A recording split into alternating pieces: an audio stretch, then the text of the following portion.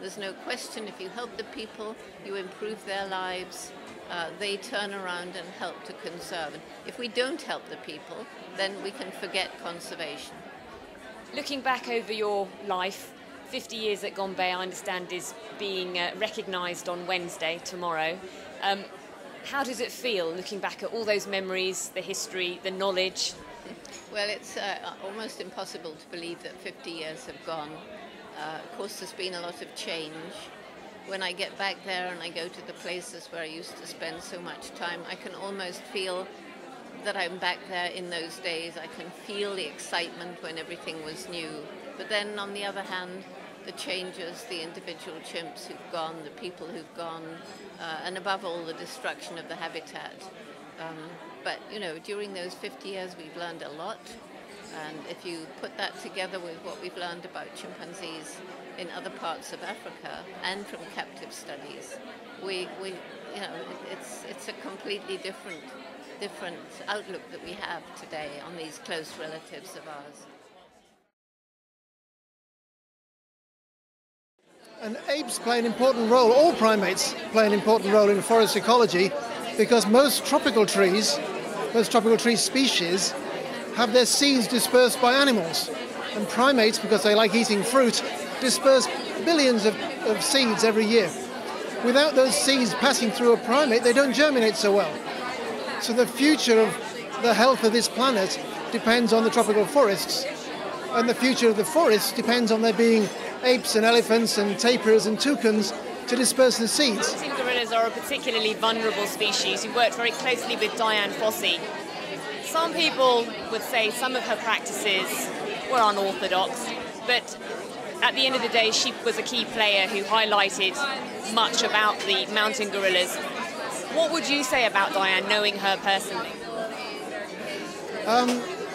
Diane was a very complex woman. She could walk out in front of an audience like this and have them eating out of her hand. And she would speak with a soft voice, so you had to strain to listen to what she was saying.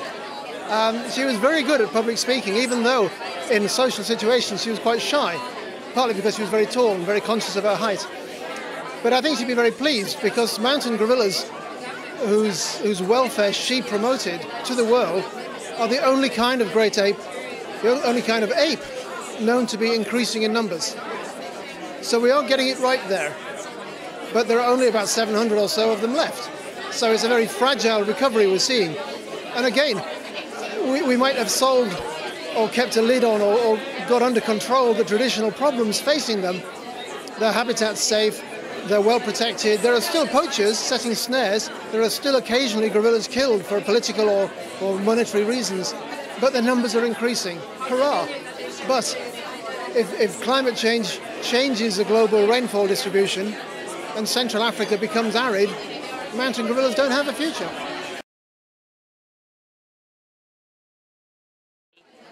How do you feel looking and knowing and hearing in the news about the problems with palm oil, the deterioration of forests, their habitat disappearing? How does that make you feel as somebody who's looked after and worked closely along these particular species of ape?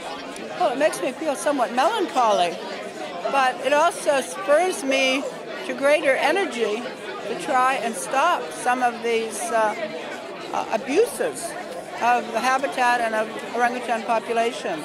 In terms of the orangutans, I know they're a particularly vulnerable species of ape, much like the mountain gorilla. For people who don't know much about them, why are they so vulnerable?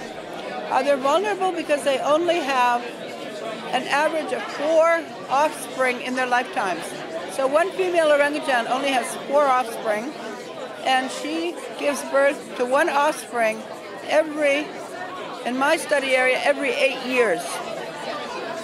Yeah, so they're not like rabbits. You know, demolish a population, they don't spring back. It takes them years to spring back, possibly even centuries.